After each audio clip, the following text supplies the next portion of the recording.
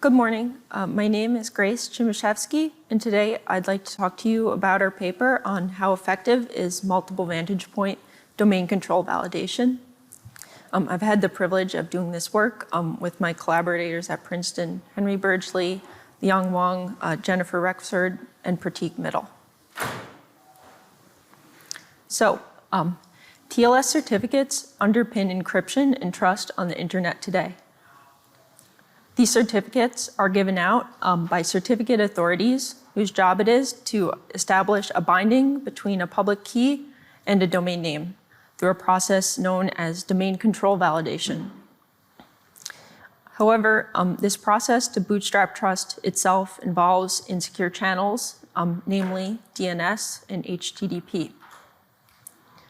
Thus, network attacks can target and potentially break the domain control validation process. One type of network attack that can do this are localized routing attacks, or more technically, BGP hijacks. In short, BGP is kind of the postal system of the internet by which routes to internet prefixes are exchanged. So in a BGP hijack, an attacker can claim a fake route to a prefix, and then part of the internet traffic for this prefix will be routed to the attacker instead. So in our cloud of the internet, we have an attacker in red on the right who launches a BGP hijack for prefix 1, which rightfully belongs to the victim on the left. Then part of the traffic destined for prefix 1 is sent to this attacker instead. In 2018, Birge-Lee showed that you can use these routing attacks to break domain control validation by having the challenge redirected to an attacker and allowing them to get a malicious certificate for a domain name they do not control. BGP hijacks are widespread, but the very first instance of a BGP hijack to gain a TLS certificate was observed last year in an attack on the Korean cryptocurrency app called ClaySwapped, and this resulted in financial damages in excess of $2 million. This underscores the urgency to develop countermeasures to secure certificate issuance. The countermeasure that I'm going to focus on today is known as multiple-vantage-point domain control validation, or multiVA for short. MultiVA protects against localized routing attacks by validating throughout the internet from multiple distinct perspectives the domain control challenge. So if the routing is sufficiently diverse across the vantage points, some of them will retain a route back to the true victim, and this will report a discrepancy in the domain control challenge. MultiVA has already been deployed smoothly at Let's Encrypt, the world's largest certificate authority, as well as Google Trust Services. However, MultiVA has sparked some debate because it is a best effort mitigation strategy and doesn't necessarily have hard provable security guarantees. Thus, some CAs have expressed skepticism that the benefit from multiVA can outweigh the costs in deploying it. Indeed, the effectiveness of multiVA really depends on the details of its deployment. You can have a trivial multiVA system where all the vantage points are located close to the attacker, and this will provide no real diversity in routing perspective.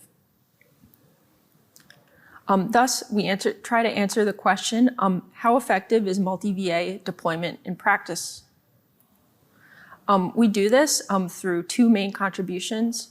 First, we develop an analysis framework and then use this framework as a blueprint for a measurement study that allows us to quantify and optimize multiVA security.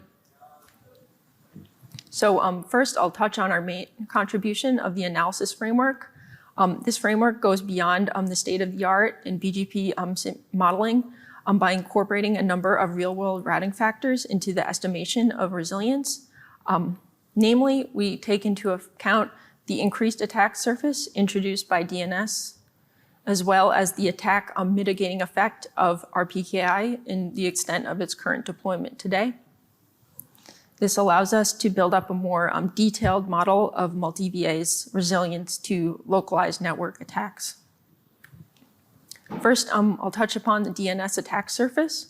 So we consider the full DNS graph of the domain name that is in the subject of the certificate that is being requested. So when a vantage point does a DNS lookup for the domain name, this involves sending a DNS query over potentially many routes to different name servers in the various zones. We account for this in our threat model by allowing an attacker to hijack the prefix of either the domain's web server or any of its DNS name servers. At the same time, DNSSEC signatures can be a tool to detect hijacks. Some zones may sign their DNS records and provide a way to check authenticity. And we assume that attackers cannot break the zone signing key. So in this example, we have an attacker trying to gain a certificate for example.com. They launch a hijack on the authoritative name servers of example.com. Because there are no DNSSEC signatures for that zone, the vantage point has no way of knowing that the DNS response is spoofed. Thus, they are redirected to the attacker's web server instead of the true example.com server. In our measurement, we found that these attacks are highly viable because less than 6% of domains sign all of their DNS zones. Next, I'll explain how we took into account RPKI. RPKI is yet another PKI for internet routes and prefixes. So we consider which prefixes have RPKI records and which vantage points perform RPKI filtering. RPKI is not deployed universally, and it doesn't make BGP hijacks impossible, but it does reduce the power of a potential attack. So recall the previous scenario of an attack on example.com. Imagine that the route to the authoritative name server has an RPKI record. In this case, the attacker's hijack on that prefix fails, and the vantage point is routed to the true victim servers.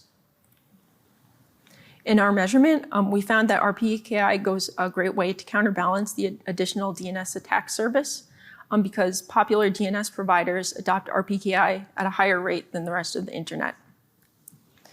Further, 60% of the unique IPs that we sampled in our DNS and probing measurement had covering RPKI ROA records. So now that we have this enhanced model of a multiVA, I'll go how we actually went about collecting measurement using it.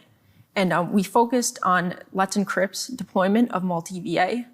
And this measurement both captured the details of its current deployment as well as explored hypothetical deployments with additional vantage point configurations. So the challenge in doing a comprehensive measurement of this is that the search space of variables is simply huge. And furthermore, you need to instantiate these variables with concrete data that you probe because most of it is not publicly available. To give an idea, first, you need the details of the vantage points, their BGP connectivity, how these vantage points are combined into multiVA system, then the domains themselves that you're trying to protect and their hosting practices, and lastly, the potential attacks that you allow. To give an idea of the extent of our measurement, we analyzed the security of 1.4 million domain names that were included in the certificates of Let's Encrypt from 19 different vantage point locations, which involved sending over 31 billion DNS queries and simulating more than 400 million network attacks, considering 11,000 potential different multi-VA systems. So I'll highlight some high-level takeaways from our analysis of Let's Encrypt. If you're interested in more thorough results, I encourage you to take a look at our paper. Just briefly, the metric that I'm going to use is resilience.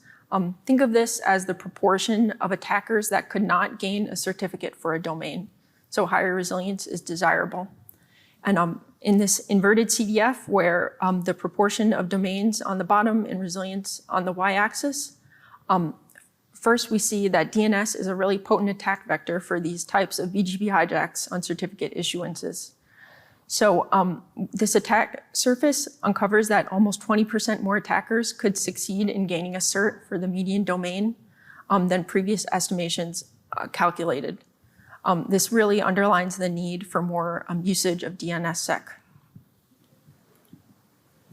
Next, I'd like to highlight the significant security gains provided by RPKI, even in a state of partial deployment. This increased resilience by 13% for the median domain. And when we consider potential hypothetical full RPKI deployment in the internet in the future, this blue line, that can provide an additional 11% boost.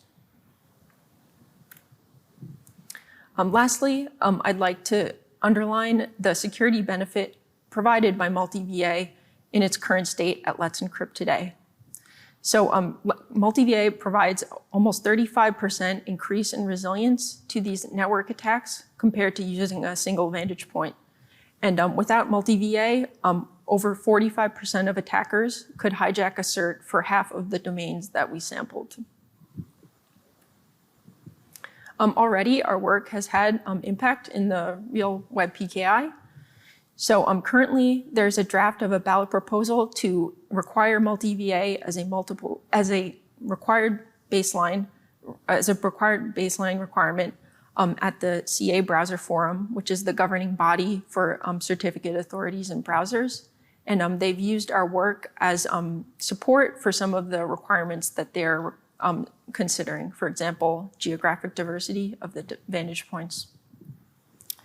Furthermore, upon hearing our recommendations, Let's Encrypt deployed an additional vantage point in Stockholm, Sweden, which is the location that we found to be the best additional vantage point. To conclude, we present concrete evidence that multiVA provides significant resilience gains against a range of potential routing attacks. And we develop an extensible framework for CAs and researchers to measure and evaluate security of both potential and current multiVA deployments. Our code is open source, and we welcome you to try it out. And I'd be happy to take any questions, and thank you for listening.